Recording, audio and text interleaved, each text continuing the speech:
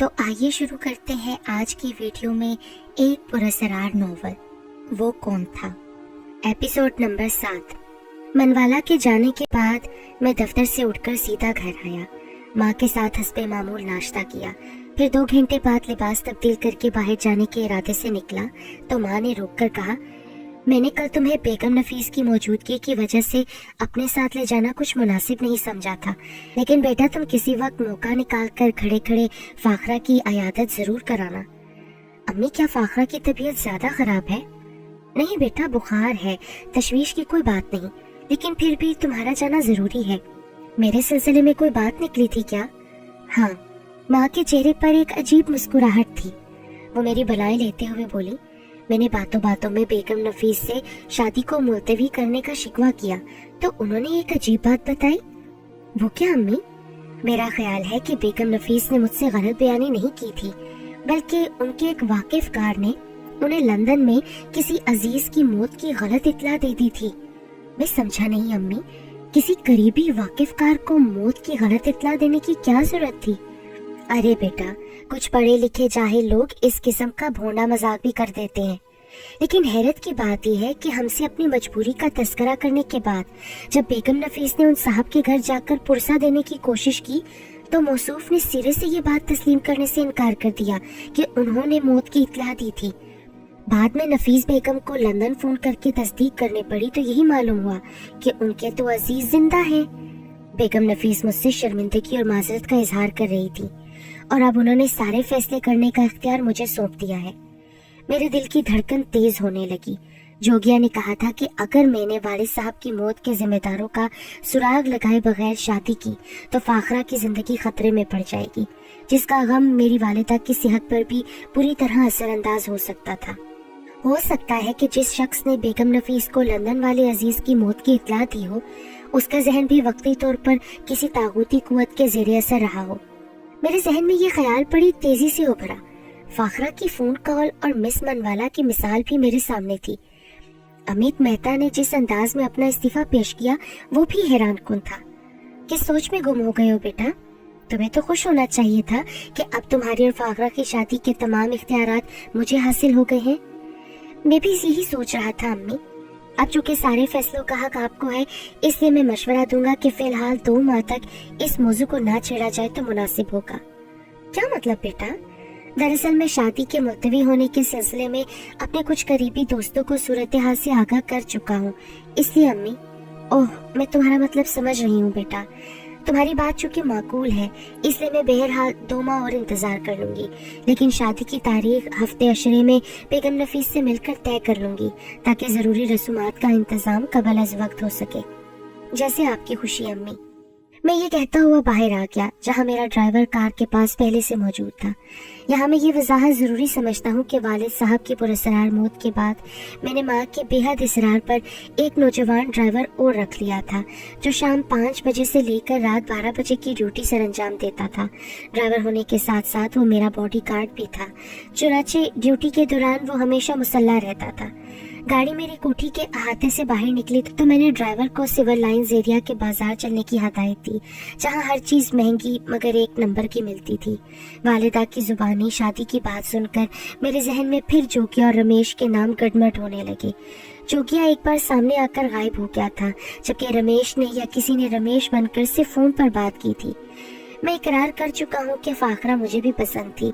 उसके साथ शादी करके मैं खुशगवार जिंदगी गुजार सकता था, लेकिन महज अपनी खुशी की खातिर मैं फाखरा की जिंदगी दांव पर नहीं लगा सकता था। माँ की जान को भी खतरा लाहक हो सकता था। ड्राइवर ने गाड़ी सिविल लाइंस के कमर्शियल एरिया में ले जाकर रोकी तो मैं तमाम ख्यालात जहन से झटक कर नीचे उतरा। 2-4 दुकानों पर चक्कर लगाने के बाद मैंने मनवाला के लिए हीरे जड़े सलीब के निशान वाला एक कीमती नेकलेस खरीद कर गिफ्ट पैक कराया। फिर उसकी रिहाइश का किस्म रवाना हो गया। मुझे उसका पता मालूम था, इसलिए मतलूबा बिल्डिंग तलाश करने में कुछ ज्यादा दुश्वारी पेश नहीं आई। ड्राइवर को मैंने गाड़ी में रहने की ताकीद की और खुद नीचे उतरकर इमारत में दाखिल हो गया, जहां ग्राउंड फ्लोर पर मौजूद एक बोर्ड पर इमारत में रहने वालों के नाम, फ्लैट नंबर और फ्लोर नंबर दर्ज थे। मैं लिफ्ट के जरिए तीसरी मंजिल पर पहुंच गया, जहां फ्लैट नंबर 22 पर मिसेस फ्लोरा मनवाला की नेम प्लेट मौजूद थी। मैंने हाथ बढ़ाकर कॉल बेल दबा दी। 1 मिनट के बाद एक उधेड़ उम्र औरत ने दरवाजा खोलकर मुझे अजनबी नजरों से घूरा। शक्ल सूरत के एतबार से वो मेरी लेडी सेक्रेटरी की माँ ही लग रही थी। बज़ाहिर वो नेक सीरत और मिलनसार नजर आ रही थी, लेकिन मेरे हाथ में गिफ्ट बैग देखकर उसकी पेशानी शिकन आलूद हो गई। वो मेरे नाम और शख्सियत से नावाकिफ होने के बावजूद मेरे आने का मकसद भांप गई। मुझे मिस मनवाला से मिलना है। आपका नाम? दानिश कबीर। ओह, तो आप हैं mister Danish. I am sorry, मैंने चूंकि आपको पहली दफा देखा है ना, इसलिए पहचान नहीं सकी, लेकिन बेबी अक्सर आपका तस्करा करती रहती है। आप बाहर क्यों खड़े हैं? अंदर आ जाइए ना। मैं उसके साथ पहले कमरे से गुजरकर दूसरे कमरे में गया तो मिस मनवाला मुझे गोल मेज के अतराफ रखी हुई 4 कुर्सियों में से एक पर बैठी नजर आ गई। सालगिरह के दिन की मुनासबत के बरक्स उसने बहुत सादा लिबास पहन रखा था। मेज पर दरमियान में एक केक मौजूद था जिसके ऊपर सिर्फ एक मोमबत्ती रोशन थी। मनवाला बड़े उदास और मखमूम अंदाज में उस मोमबत्ती के लो पर इस तरह नजरें जमाए बैठी थी जैसे माजी की खुशगवार यादों को कुरेद रही हो। उसके चेहरे पर किसी किस्म का मेकअप नहीं था, फिर भी वो हसीन कहे जाने की मुस्तहिक थी। मैं दरवाजे पर रुक गया। बेबी, उसकी माँ ने उसे मुखातिब किया। देखो बेबी, आज हमारे घर कौन आया है? मिस मनवाला ने पलट कर देखा। मुझे मौजूद पाकर तेजी से उठी। उसकी आंखों में तैरने वाली नमी में खुशी के चिराग जल उठे। आप? सर, आपने बिला वजह क्यों जहमत की? क्या आप मुझे बैठने की दावत नहीं देंगी?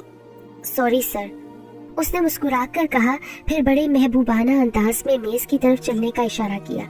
मीनू, तुम मिस्टर दानिश से बात करो, मैं कॉफी तैयार करके लाती हूँ। हम मेज के गिर्द कुर्सियों पर बैठ गए तो उसकी माँ ने बड़ी अपनायत से कहा, फिर तेजी से पलटकर दूसरे कमरे में चली गई।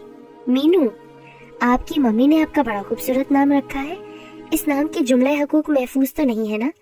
मैं समझी नहीं। मेरा मतलब है, क्या मैं भी आपको मीनू के मुख्तसर और खूबसूरत नाम से मुखातिब कर सकता हूँ? As you wish sir. Thank you.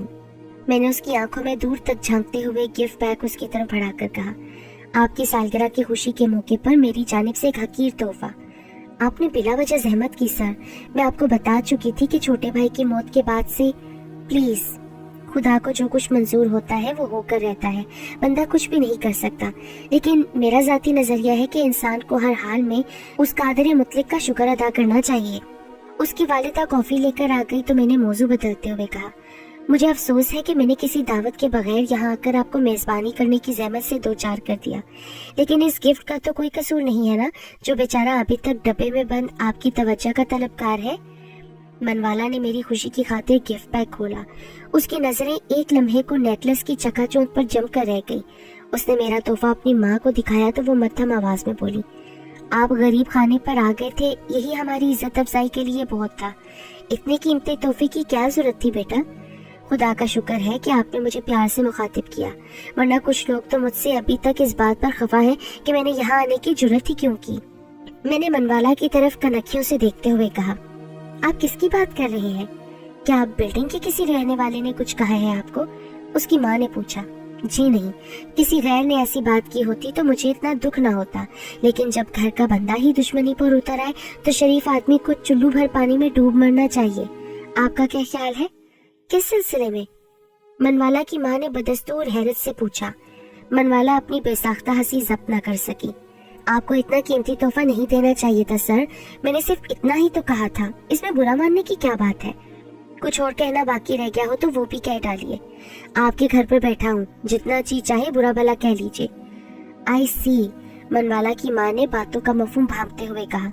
Mister Danish, मुझे खुशी है कि मेरी बच्ची आप जैसे इंसान दोस्त शख्स के पास जॉब कर रही है। चले आंटी, मैं अब इजाजत चाहूंगा। इतनी जल्दी भी क्या है बेटा? अगर आप कॉफी पिए बगैर चले गए तो मैं यही समझूंगी आपने हमें किसी काबिल नहीं समझा। आप भी तो मुझे बेटा समझने के काबिल नहीं समझ रही ना। बार बार मिस्टर दानिश कहकर मुखातिब करती हैं। Oh, God bless you my son, you are really great, मनवाला की माँ बोली। मैंने जवाब में आगे बढ़कर मनवाला की माँ को गले लगाया तो मनवाला की आंखें खुशी से चमकने लगी। फिर महफिल का रंग बदल गया। मेरे इसरार पर मनवाला ने न सिर्फ केक काटा बल्कि मेरे कहने पर उसने मेरा नेकलेस भी गले में डाल लिया। 1 घंटे बाद बेतकल्लुफी की फिजा हमवार करने के बाद मैं जाने के इरादे से उठा तो माँ बेटी मुझे छोड़ने की खातिर बाहर तक आई। मैं आपसे एक दरख्वास्त करूंगी, मनवाला ने दबी जुबान में कहा। मैं यहाँ तुम्हारा बॉस नहीं हूँ। कोई दरख्वास्त पेश करनी है तो दफ्तर में बाकायदा लिख कर पेश करना। मैं भी यही गुजारिश करूंगी कि दफ्तर में हमारे दरमियान बॉस और मातहत का फर्क बरकरार रहे तो मुनासिब होगा। मीनू ठीक कह रही है बेटा, लोग दिलों में झांक कर देखने की कोशिश नहीं करते, बात का बतंगड़ बनाना शुरू कर देते हैं। हम आजाद ख्याल जरूर है, लेकिन अपनी बदनामी से हर शरीफ आदमी डरता है। तुम भी मेरी इस बात से इनकार नहीं करोगे। अगर आप ही सिफारिश कर रही हैं तो मैं मीनू की दरख्वास्त पर जरूर गौर करूंगा। मैं मुस्कुराता हुआ लिफ्ट में बैठकर नीचे आ गया। मुझे अपने मकसद में नाकामी नहीं हुई। मेरे जहन में मुख्तलिफ सवालात गर्दिश कर रहे थे। मैं पिछली नशिस्त पर सर सीट से टिकाए आंखें बंद किए बैठा अब तक पेश आने वाले पुरअसरार वाकयात के ताने बाने जोड़ने में मसरूफ था, जब एक पुरशोर धमाके की आवाज के साथ ही मैं उछलकर उड़ता हुआ डैशबोर्ड से इतनी शिद्दत से टकराया कि मेरी खोपड़ी में कई सूरज यकलख तुलू होकर यके बाद दीगरे गरूब होते चले गए। फिर मेरा जहन गुप अंधेरों में डूब गया। मुझे किसी बात का होश नहीं रहा। जहन की मशीनरी ठप हो जाए तो फिर इंसान को तमाम एहसासात से छुटकारा मिल जाता है, वक्त गुजरने का एहसास भी मिट जाता है। मैं भी इसी कैफियत से दो चार हुआ था। मैं कब तक दुनिया और माफिया से बेखबर रहा मुझे नहीं मालूम, लेकिन दोबारा होश आने पर मैंने खुद को किसी बड़े अस्पताल के स्पेशल रूम में बिस्तर पर पड़े पाया। मेरे हाथ में ड्रिप लगी हुई थी। करीबी कुर्सी पर एक ड्यूटी नर्स मौजूद थी। अब आप कैसा महसूस कर रहे हैं? और लोग कहाँ हैं? इस वक्त विजिटिंग आवर्स नहीं है। उसने मेरी नब्ज पर हाथ रखकर अपनी दस्ती घड़ी पर नजर डालते हुए मुहज़्ज़िब लहजे में मुझे समझाने की कोशिश की। वैसे भी इस वक्त रात के 10:15 बज रहे हैं। मैं यहाँ कब आया था? 3 रोज पहले। आपकी कार को कोई हादसा पेश आया था। आप मुकम्मल तौर पर कोमा की हालत से दो चार थे। खुदा का शुक्र है कि आपको 72 घंटे के अंदर अंदर होश आ गया। अब खतरे की कोई बात नहीं है। क्या मेरे घर वालों को हालात का इल्म है? जी हाँ, आपकी वालिदा और दीगर अजीज रिश्तेदार बराबर आपको देखने आते रहे हैं, लेकिन एक खातून हादसे वाले दिन से अभी तक यहीं मौजूद है। नर्स ने दोबारा खिड़की पर नजर डालकर इत्मीनान का सांस लेते हुए कहा, वो शायद आपके दफ्तर में काम करती है। मेरे जहन में मनवाला का तस्वुर उभरा। मैंने तेजी से पूछा, क्या इस वक्त भी वो खातून मौजूद है? जी हाँ, वो बाहर रेस्ट रूम में बैठी है। क्या मैं उनसे मिल सकता हूँ? पहले मैं डॉक्टर को आपके होश में आने की इत्तला करती हूँ, बाकी बातें आप उन्हीं से दरियाफ्त कर लीजिएगा। उसने मेरे चेहरे को बगौर देखते हुए जवाब दिया, फिर तेज तेज कदम उठाती कमरे से बाहर निकल गई। मेरा जहन पूरी तरह बेदार हो चुका था। मुझे गुजरी हुई बातें याद आ रही थीं। मैं उस धमाके के बारे में सोचने लगा जिसने 3 रोज तक मुझे दुनिया के तमाम हंगामों से लाताल्लुक रखा था। मुझे अपने ड्राइवर का ख्याल आया। खुदा जाने वो जिंदा था या खुदा को प्यारा हो गया था। मुझे उस खातून के बारे में भी सोचना पड़ा जो नर्स के बयान के मुताबिक मेरे अस्पताल में दाखिल होने के बाद से अभी तक मौजूद थी। नर्स ने दफ्तर में काम करने वाली का हवाला दिया था। इस एतबार से वो मनवाला ही हो सकती थी। मैंने माँ के बारे में सोचा। मेरे हादसे की खबर सुनकर उनके दिल पर क्या क़यामत गुजरी होगी। बेगम नफीस और फाखरा को यकीनी तौर पर तशवीर लाहक होगी। मैं अपने ख्यालों में गुम था जब नर्स डॉक्टर के साथ दोबारा कमरे में दाखिल हुई। हेलो मिस्टर दानिश, अब आप कैसे हैं? इसका फैसला तो आप ही बेहतर तौर कर सकते हैं, लेकिन मेरा ख्याल है कि मैं जिंदगी की तरफ वापस लौट रहा हूँ। गुड, मुझे यकीन है कि आपको कोई खतरा नहीं है। डॉक्टर जो गालिबन मेरे फैमिली बैकग्राउंड और स्टेटस से वाकिफ था, बड़ी इंकसारी से बात कर रहा था। सिर्फ 72 घंटे की फिक्र हमें जरूर थी, लेकिन खुदा की जात से उम्मीद थी कि आप पहले की तरह नॉर्मल हो जाएंगे। हादसे की नोयत क्या थी? मेरा मशवरा है कि आप फिलहाल उस हादसे को भूलकर कोई और बात करें तो बेहतर होगा। अभी आपको आराम की जरूरत है। फिलहाल मैं आपको सिर्फ इतना बता सकता हूँ कि आप जिस हादसे से 2-4 हुए थे उसमें किसी इंसान का जिंदा बच जाना किसी मुआवजे से कम नहीं है। गोया मेरा ड्राइवर? मैं एक नतीजा अखज़ करने के बाद खामोश हुआ तो डॉक्टर ने फौरी तौर पर नर्स को किसी इंजेक्शन के बारे में हदायत दी। वो तेजी से कदम उठाती बाहर चली गई तो मैंने डॉक्टर से कहा, प्लीज मुझे कोई ख्वाबावर इंजेक्शन मत लगाइएगा। आपके ज़हनी सुकून के लिए जो कुछ मैं कर रहा हूँ वो मेरे फराइज में दाखिल है। सिर्फ 2 रोज की बात है और उसके बाद आपको घर जाने की इजाजत मिल जाएगी। नर्स बता रही थी कि कोई खातून भी हादसे के बाद से मुस्तकिल अस्पताल में मौजूद है। ओह, आप शायद मिसेस फ्लोरा मनवाला की बात कर रही हैं। वो तो दीवानगी की हद तक आपकी सेहत के लिए फिक्रमंद है।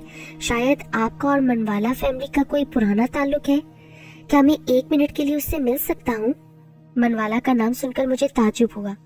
सिर्फ एक मुलाकात के बाद वो मेरे लिए जिस कदर परेशान थी वो हैरत अंगेज था। मैं उन खातून को आपसे मिलवा सकती हूँ, लेकिन एक शर्त पर, आप उनके साथ कोई जज्बाती गुफ्तगू नहीं करेंगे। मैंने इकरार किया तो डॉक्टर खुद जाकर फ्लोरा को अपने साथ ले आया। मुझे होशो हवास में देखकर यकलख्त उसकी आंखें छलक उठी। उन आंसुओं में ममता की बेपनाह चाह झलक रही थी। आपने मेरी खातिर? No my son. उसने जल्दी से अपने आंसुओं को खुश करते हुए बड़े प्यार से कहा, तुम कोई बात मत करो। डॉक्टर का ख्याल है कि तुम्हें अभी 24 घंटे तक मुकम्मल रेस्ट की जरूरत है। आप चाहे तो आप घर जा सकती हैं। मेरे बजाय डॉक्टर ने फ्लोरा को मुखातिब किया। मिस्टर दानिश की हालत अब बिल्कुल नॉर्मल है। नहीं डॉक्टर, मुझे घर जाने के लिए मजबूर ना करो। जब तक मेरा दानिश बेटा अस्पताल में है, मैं भी इसके करीब ही रहना पसंद करूंगी। ठीक है मम्मी। मैंने एक माँ की ममता के पुरखलूस जज्बों की तस्कीन की खातिर अपना फैसला सुना दिया। जब तक मैं यहाँ हूँ, आप भी मेरे पास रहेंगी। यसु मसीह तुम्हें हमेशा जिंदा और सलामत रखे। मेरी उम्र भी तुम्हें लग जाए बेटा। उसने हाथ उठाकर मुझे दुआ दी, फिर उल्टे कदमों वापस चली गई। डॉक्टर ने मुझे सुकून पहुंचाने की खातिर इंजेक्शन लगाया तो कुछ देर बाद मैं फिर नींद की वादियों में गुम हो गया। दूसरी सुबह मेरी वालिदा मुलाजिम के साथ घर से नाश्ता लेकर आई। शायद डॉक्टर ने गुज़िश्ता रात ही उन्हें मेरी खैरियत से आगाह कर दिया था। मुझे होश में देखकर उनकी आंखों में खुशी के आंसू छलक उठे। फ्लोरा भी माँ के साथ साथ थी। डॉक्टर ने कहा है कि तुम्हें 2 दिन बाद घर जाने की इजाजत मिल जाएगी। माँ ने खुशी का इजहार करते हुए पूछा, मैं तुम्हारी तरफ से सदका खैरात करती हूँ। तुम घर आओगे तो तुम्हारी सेहत का जश्न भी इसी अंदाज से मनाया जाएगा। इस जश्न में कौन कौन शरीक होगा? मैंने कनखियों से फ्लोरा और मनवाला की जानिब देखकर पूछा तो माँ मेरी निकाहों का मफहूम भांप कर बोली, सबसे पहले मेरी गुमशुदा बहन फ्लोरा, जो बहुत अरसे बाद मुझे मिली है। माँ ने फ्लोरा को लिपटाते हुए कहा, इसके अलावा और भी बहुत सारे मोहब्बत करने वाले शरीक होंगे। मैंने माँ और फ्लोरा मनवाला के साथ मिलकर नाश्ता किया। नाश्ते के आधे घंटे बाद बेगम नफीस और फाखरा भी आ गईं। उसके साथ ही मेरे स्टाफ के लोगों की आमद का सिलसिला भी शुरू हो गया। डॉक्टर की हदायत पर स्टाफ के लोगों को सिर्फ 2 मिनट मुझसे मुलाकात की इजाजत मिली। डॉक्टर बार बार मेरे कमरे का चक्कर लगाता रहा। नर्स भी लोगों को ज्यादा बातें करने से रोकती रही। दोपहर को माँ जाने लगी तो फ्लोरा मनवाला को भी उनके घर छोड़ने के लिए साथ ले गई। वो जाने पर आमादा नहीं थी, लेकिन डॉक्टर के अलावा मेरी माँ ने भी समझाया तो राजी हो गई। मुझे अभी तक पेश आने वाले हादसे की तफसील के बारे में कुछ नहीं बताया गया था।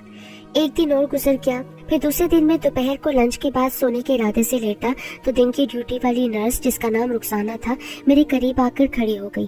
खाने के बाद वो मुझे जरूरी दवाएं दे चुकी थी, इसलिए खिलाफे तवक्का उसका मेरे करीब आकर खड़ा होना मुझे अजीब सा लगा। उसके चेहरे पर नजर आने वाले तनाव की कैफियत भी कुछ अजीब सी थी। शायद वो मुझसे कुछ कहना चाहती थी, लेकिन जिस अंदाज में वो मुझे निगाहों में निगाहें डाले घूर रही थी, वो बात मुझे अच्छी नहीं लगी। क्या बात है नर्स, तुम कुछ परेशान नजर आ रही हो? कोई खास बात? नहीं, मेरे लिए परेशानी की कोई बात नहीं है, लेकिन मुझे उम्मीद है कि मैंने तुम्हें हादसे की सूरत में जो पहली वार्निंग दी है तुम उसे भूलोगे नहीं। रुखसाना ने बड़े खुरदरे और सर्द लहजे में कहा। इसके साथ ही उसकी निगाहों में सुर्खी का रंग गहरा होने लगा। मैं समझ गया कि ये किसी तागूती कुव्वत के ज़ेरे असर है। कौन हो तुम? मुझे बार बार क्यों परेशान किया जा रहा है? मैंने रुखसाना को तेज नजरों से घूरते हुए सवाल किया। सिर्फ इसलिए कि तुम मेरी ताकत का अंदाजा लगा सको। उसके जवाब में बर्तरी का रंग भी झलक रहा था। क्या चाहते हो तुम? मेरे इस हुक्म से गुरेज करने की हमाकत कभी ना करना, जो तुम्हें फोन पर पहले भी दिया जा चुका है। रूपनगर से मुतल्लिक तमाम देखी भाली और सुनी सुनाई बातों को यकसर नजरअंदाज कर दो, इसी में तुम्हारी बेहतरी है। मेरे जहन में रमेश का नाम उभरा। मैंने अपने ख्याल की तस्दीक जरूरी समझते हुए जहर खंत से कहा, आज तुम हिंदी भाषा बोलने से कतरा क्यों रहे हो? तुम अगर चाहो तो मैं संस्कृत में भी बात कर सकता हूँ। मुझे और भी कई जुबानें आती हैं, लेकिन मेरे सामने आने से तुम अब भी खौफजदा हो। अगर खौफजदा ना होते तो दूसरों के जिस्म में घुसकर चोरों की तरह बात न करते। मैंने तुमसे ये भी कहा था कि मेरे मुकाबले पर किसी और का सहारा तलाश करने की गलती ना करना, वरना तुम्हारा हाल भी वैसा ही होगा जैसा तुम्हारे ड्राइवर का हो चुका है। उसने मेरी बात को यकसर नजरअंदाज करते हुए मुझे जवाब दिया। क्या मतलब? क्या हुआ मेरे ड्राइवर को? उसकी लाश के टुकड़ों को दफन किया जा चुका है, लेकिन उसके गोश्त के कुछ लोथड़े तुम्हें अब भी उस दीवार पर चिपके नजर आ जाएंगे जिससे तुम्हारी गाड़ी टकराई थी। उसने बड़ी सर्द मेहरी से जवाब दिया। तुम्हारी कार भी तो चूर चूर हो गई है ना? उसको देखकर तुम्हें अंदाजा हो जाएगा कि तुम्हारे ड्राइवर की मौत किस कदर भयानक और अजियतनाक हुई होगी। उस गरीब ने तुम्हारा क्या बिगाड़ा था? उस बकरे या बछड़े का भी कोई दोष नहीं होता जिसको शेर का शिकार करने के कारण भेंट चढ़ाया जाता है। थोड़ी सी अक्ल इस्तेमाल करो तो बात तुम्हारी खोपड़ी में आ जाएगी। समझ रहे हो ना मेरी बात? मैं अंदर ही अंदर दिल मिलाकर रह गया। एक लम्हे को मेरे दिल में ख्याल उभरा कि रुखसाना का गला दबोच कर उसे जिंदगी की कैद से हमेशा के लिए आजाद कर दूं, मगर मैंने जब से काम लिया। उस गरीब का कोई कसूर नहीं था, वो एक मोहरे के तौर पर इस्तेमाल की जा रही थी।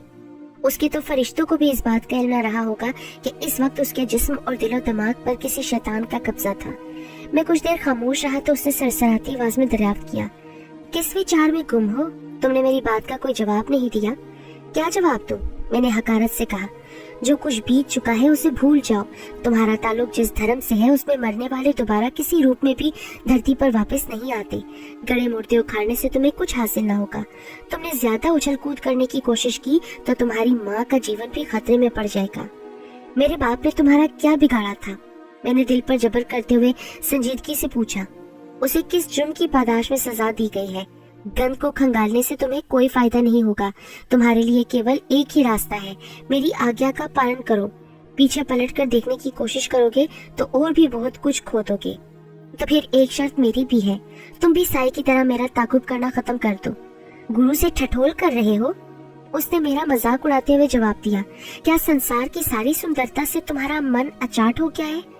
अगर तुम वाकई इतनी ही महान और शैतानी कुव्वत के मालिक हो जिसकी डींगे मार रहे हो, तो फिर मेरे तुम्हारे मुकाबले पर किसी का सहारा तलाश करने से तुम्हें क्या फर्क पड़ जाएगा? कोई फर्क नहीं पड़ेगा। तुम चाहो तो अपनी इस ख्वाहिश को भी पूरा करके देख लो, परंतु एक बात का ध्यान रखना, जब दो शक्तियों का टकराव होता है तो कुछ निर्दोष लोग भी चक्की के दो पार्ट के दरमियान आकर घुन की तरह पिस जाते हैं। कोई भी कदम उठाने से पहले मेरी बात पर गौर कर लेना।